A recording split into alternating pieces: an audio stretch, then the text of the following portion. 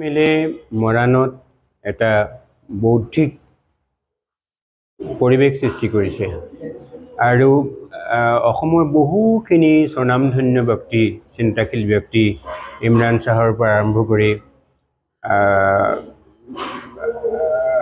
নিৰ্মল শ্বাহলৈকে সৈয়দ ছাদুল্লাহ এনেকুৱা ব্যক্তিসকলক আনিছে আৰু জোনাকী মেলে কেইবাখনো গ্ৰন্থও প্ৰকাশ কৰিছে। আমাৰ ইয়াৰ মূল যিজন হোতা পুৰোহিত তেখেত হৈছে বাছা বৰা।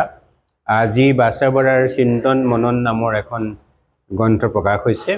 আমি ইমান দিনে বাছা বৰাক হাস্যব্যংগৰ লেখক বুলিয়ে জানি আছিলোঁ, কিন্তু চিন্তন মনন গ্ৰন্থখনি উন্মোচন কৰি আমি দেখিছোঁ যে বাছা বৰা এগৰাকী বৰ চিৰিয়াছ চিন্তাশীল ব্যক্তি।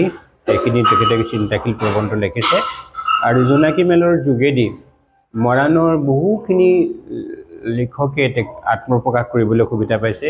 বহুত কবি ইয়াৰ পৰা সৃষ্টি হৈছে, গল্পকাৰ সৃষ্টি হৈছে আৰু জোনাকী মেলত ভালেখিনি গ্ৰন্থও প্ৰকাশ হৈছে। লোহিত বৰাৰ নিচিনা ব্যক্তিৰ গ্ৰন্থ প্ৰকাশ আৰু উন্মোচন হৈছে। তেনেকৈ জোনাকী মেলে আজি 19 বছৰত ভৰি দিছে, 215তম সংখ্যা আজি পালন কৰিছে আৰু জোনাকী মেল সদায় জয় জয়কাৰ হৈ থাকিব। আজি 2006 চনৰ 13 ফেব্ৰুৱাৰীতে আমাৰ এইটো অনুষ্ঠান আৰম্ভ হৈছিল আৰু তেতিয়াৰ পৰা একাধিক্ৰমে চলি আহিছে। আজি 215 সংখ্যক বৈঠক।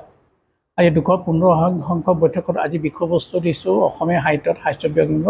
এই বিষয়ে কৈছে বাল্য বিকাশ বিদ্যালয়ৰ প্ৰধান শিক্ষক ডক্টৰ স্বপন চুতীয়াই। আৰু এই বৈঠকতে আমাৰ এখন গ্ৰন্থ চিন্তন মনন বুলি এখন প্ৰবন্ধ সংকলন আজি উন্মোচন কৰা হৈছে। গ্ৰন্থখন উন্মোচন কৰিছে মৰাণ মহাবিদ্যালয়ৰ প্ৰাক্তন অধ্যক্ষ বিশিষ্ট সাহিত্যিক ডক্টৰ অনিল শইকীয়াই।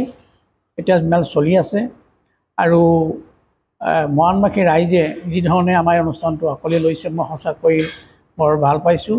আৰু এনেদৰে যদি ৰাইজে যদি সহায় সহযোগ কৰি থাকে জোনাকী মেলে 19 বছৰ কি 17 বৰ্ষ ভৰি দিব বুলি মই বিশ্বাস। তাৰ কাৰণে আমি ৰাইজৰ পৰা আশীৰ্বাদ বিচাৰিছোঁ।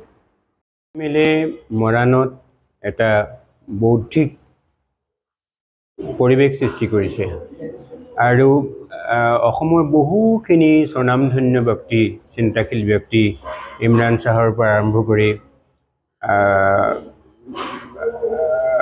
নিৰ্মল শ্বাহলৈকে সৈয়দ ছাদুল্লাহ এনেকুৱা ব্যক্তিসকলক আনিছে আৰু জোনাকী মেলে কেইবাখনো গ্ৰন্থও প্ৰকাশ কৰিছে। আমাৰ ইয়াৰ মূল যিজন হোতা পুৰোহিত তেখেত হৈছে বাছা বৰা।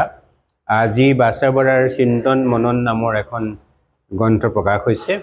আমি ইমান দিনে বাছা বৰাক হাস্যব্যংগৰ লেখক বুলিয়ে জানি আছিলোঁ, কিন্তু চিন্তন মনন গ্ৰন্থখনি উন্মোচন কৰি আমি দেখিছোঁ যে বাছা বৰা এগৰাকী বৰ চিৰিয়াছ চিন্তাশীল ব্যক্তি।